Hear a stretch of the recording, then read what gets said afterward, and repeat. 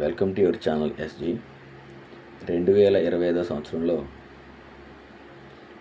వినాయక నవరాత్రి సందర్భంగా మండపాల్లో కొలువు తీరడానికి సిద్ధమైన వినాయకుని యొక్క విగ్రహాలను మనం చూడవచ్చు.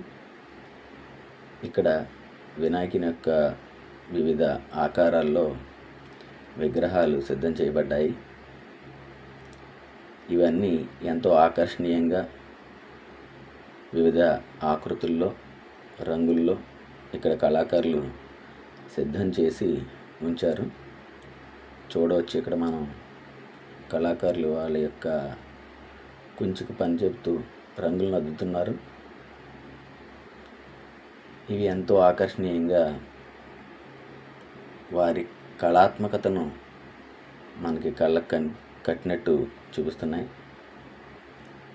అయితే ఇదే వినాయకుని యొక్క ప్రతిమలని సహజ సిద్ధ రంగులతో, అలాగే మట్టి వంటి పదార్థాలతో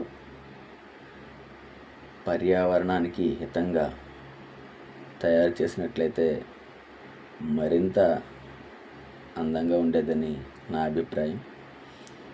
అయితే మీరు చూడొచ్చు, ఇక్కడ వినాయకుని యొక్క ప్రతిమలు వివిధ ఆకారాల్లో, అలాగే వివిధ రంగుల్లో చక్కగా దర్శనమిస్తున్నాయి.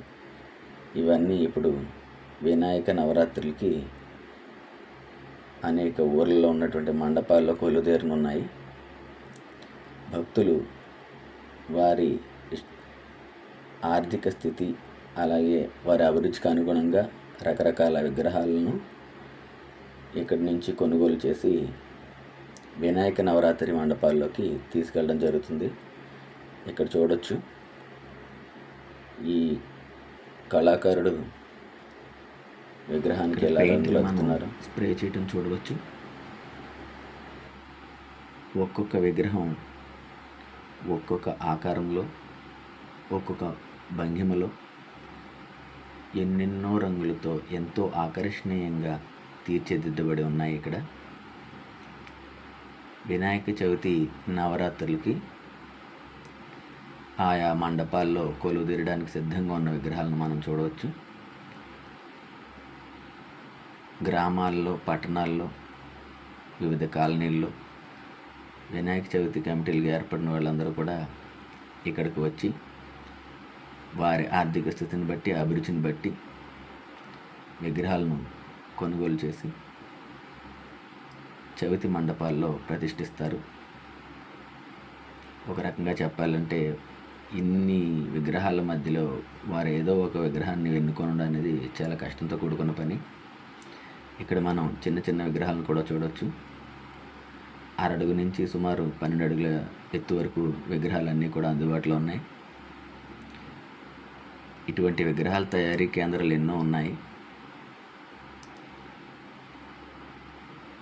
ఇది పాలకొల్లు శివారు గుండం నాగబాబు గారి ఇంటి దగ్గరలో ఉన్నటువంటి ఒక తయారీ కేంద్రంలో ఉన్న విగ్రహాలు ఇవి. నిజంగా చాలా ఆకర్షణీయంగా చక్కగా రూపుదిద్దుకున్న విగ్రహాలను మనం చూడవచ్చు. అయితే ప్రభుత్వం ఈ తయారీ కేంద్రాలకు ఈ సంవత్సరమే సూచనలు చేయాల్సిన అవసరం ఎంతైనా ఉంది. సహసిద్ధమైన రంగులతో, మట్టితో కూడినటువంటి విగ్రహాలు తయారు చేసే విధంగా వారిని ఇప్పటి నుంచే సంసిద్ధం చేయాల్సిన అవసరం ఎంతైనా ఉంది.